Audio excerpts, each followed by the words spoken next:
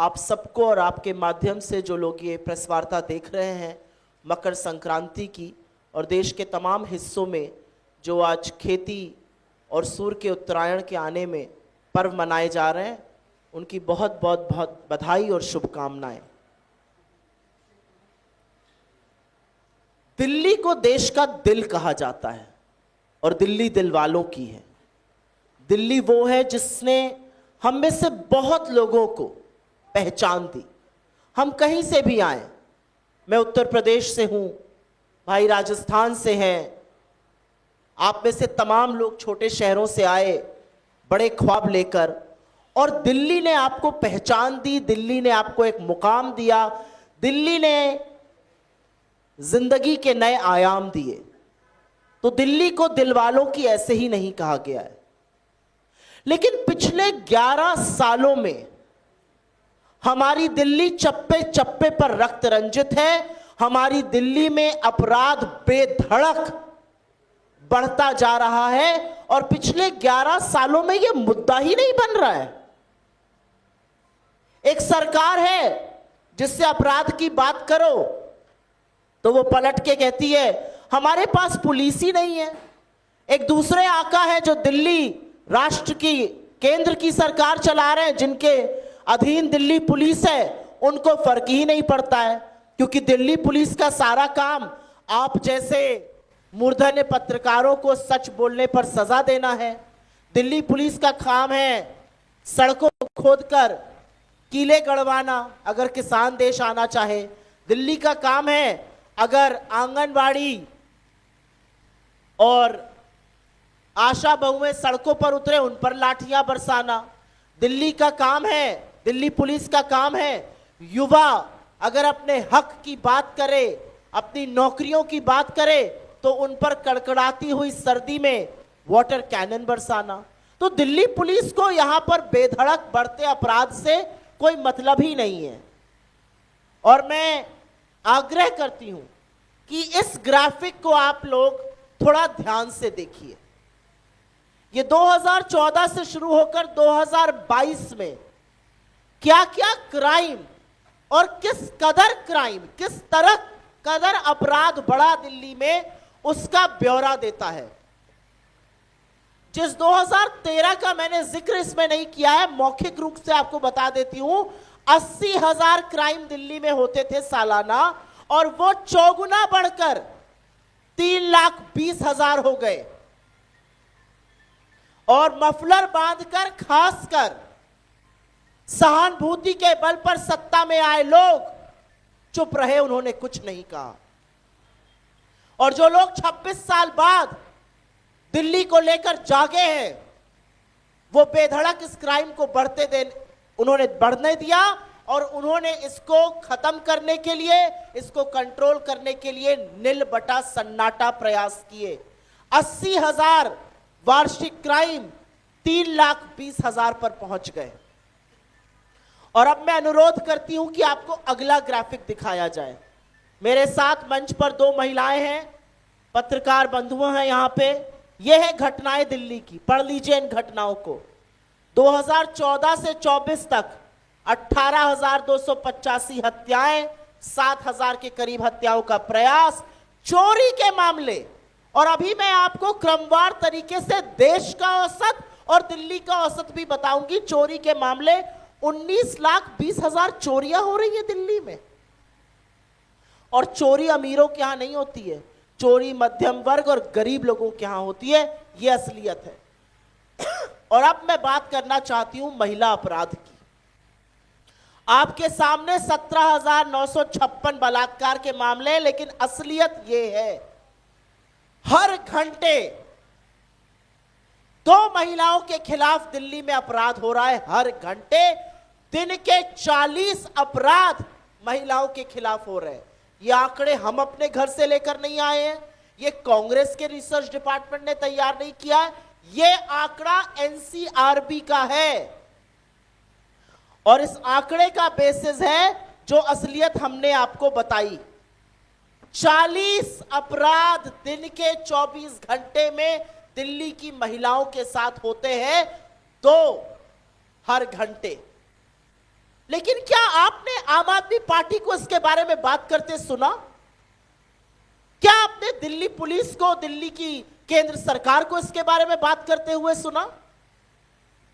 दिल्ली दहल गई, एक छोटी सी दलित बच्ची के साथ दुष्कर्म हुआ, आप के मुंह पर ताला बंधा रहा और केंद्र की अमित शाह की सरकार को यह ज्यादा चिंता थी कि लोकसभा के सांसद और लोकसभा में नेता प्रतिपक्ष राहुल गांधी वहां गए, उनका ट्विटर अकाउंट बंद कराने में उन्होंने ज्यादा समय खर्च किया, उनको उस बच्ची की चिंता नहीं थी। हर घंटे 2 बेटियां दिल्ली के अपराध का शिकार हो रही हैं, लेकिन आम आदमी पार्टी और बीजेपी की जुगलबंदी उस पर कुछ नहीं बोल रही है। 11 साल से आपकी सरकार है, हर बार आप केंद्र से भिड़ते हैं अगर आपके स्वार्थ का कोई मामला हो, लेकिन जब दिल्ली की बेटियों की, दिल्ली के लोगों की, क्राइम की, बच्चों की बात आती है, आप चुप हो जाते हैं। और अमित शाह और नरेंद्र मोदी बड़ी बड़ी बातें छानते हैं, बड़ी बड़ी जलेबियां बनाते हैं, दिल्ली में होता क्राइम उनको दिखता नहीं है। और अब आपको मैं क्रमवार तरीके से आपकी जानकारी के लिए, जिसको हम साझा भी करेंगे, ये पूरा नोट पढ़ देती हूं। दिल्ली में हर साल 6000 के करीब किडनैपिंग और अबडक्शन के मामले हो रहे हैं। दिल्ली में बच्चों के खिलाफ होने वाला अपराध हिंदुस्तान में सबसे ज्यादा है, 8080। दिल्ली में करीब करीब 85,000 महिलाओं के खिलाफ अपराध के मामले लंबित हैं और जो पेंडेंसी रेट है वो देश में सबसे ज्यादा 97% से ऊपर है। दिल्ली जैसे छोटे राज्य में हर साल 4,30,000 लोग अपराध का शिकार हो रहे हैं और यह चुनावी मुद्दा नहीं है। इस पर नहीं भिड़ते अरविंद केजरीवाल और भारतीय जनता पार्टी। इसको बोल दो तो जुगलबंदी होने लगती है, डुएट गाने लगते हैं। जब अपना मामला आएगा तो एलजी के यहां जाकर पैर पसारकर आप बड़ी बड़ी बातें करते हैं, तब आप धरना देने का ढोंग करते हैं। लेकिन जब महिलाओं का, बच्चों का, आम जन की सुरक्षा का मामला आएगा तो आपके मुंह पर ताला लग जाता है। क्यों? क्या महिलाओं का सम्मान, क्या महिलाओं की सुरक्षा, क्या बच्चों की सुरक्षा आपकी जिम्मेदारी नहीं है? किस मुंह से अमित शाह जी और किस मुंह से नरेंद्र मोदी जी दिल्ली में प्रचार करने उतरे हैं? 26 साल दिल्ली ने बाहर रखा है, फिर खदेड़े जाएंगे, क्योंकि दिल्ली समझती है कि आपकी देखरेख में, आपकी छत्र छाया में दिल्ली अपराध की कैपिटल बनी हुई है। विश्व में, पूरे विश्व में दिल्ली में जो क्राइम रेट है वो 14241, 1424, जो विश्व में सबसे अधिक है। जो क्राइम रेट विश्व का औसतन 258 है, दिल्ली का 1400 से ऊपर है। इसके लिए कौन जिम्मेदार है? इसके लिए आप और बीजेपी दोनों जिम्मेदार हैं। और इससे पहले कि आम आदमी पार्टी ये रोना रोए, क्योंकि रोना रोने की आदत है कि हम क्या करें, हमारे पास तो पुलिस नहीं है। अरे बगल के पंजाब में आपको पुलिस और प्रशासन दोनों मिला है, क्या हाल कर दिया आपने पंजाब का। असलियत यह है कि पंजाब के थानों में आज बम चल रहा है। असलियत यह है कि पंजाब की सुरक्षा व्यवस्था, कानून व्यवस्था पूरी तरह से ध्वस्त कर दी है।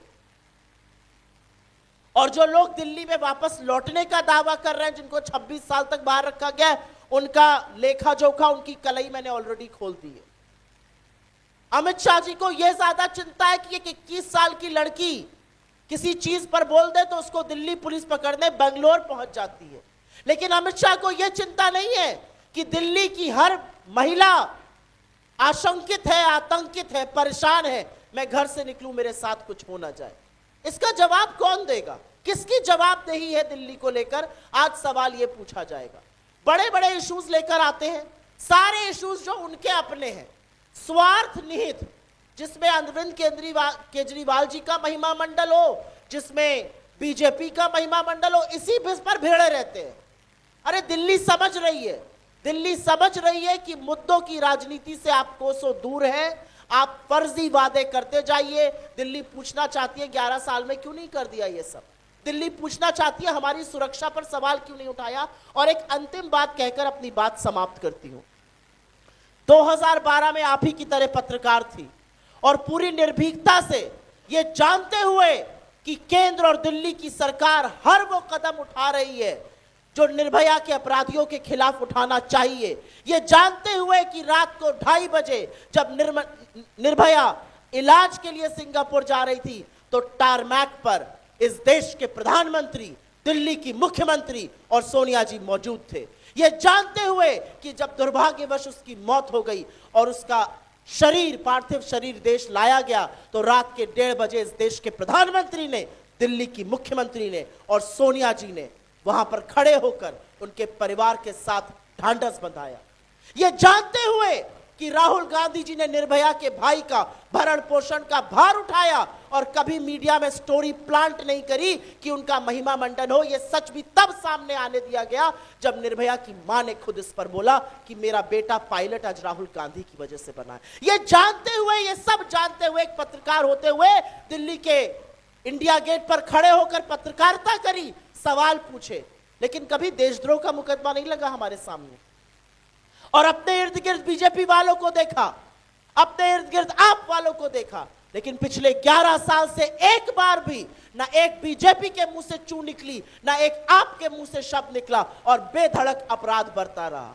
जो गुना अपराध राष्ट्र की राजधानी दिल्ली में जो 80,000 होता था 2013 में, वो 3,20,000 पार कर गया और इनमें से किसी के कान पर जू नहीं रहेंगी। आज सवाल यह है कि दिल्ली अपराध को बेधड़क होने पर, अपनी सुरक्षा पर आशंकित रहेगी या एक बड़ा फैसला करेगी। और जहां जहां हम जा रहे हैं स्पष्ट दिख रहा है कि दिल्ली ने बदलाव का, दिल्ली ने बड़े फैसले का मन बना लिया है।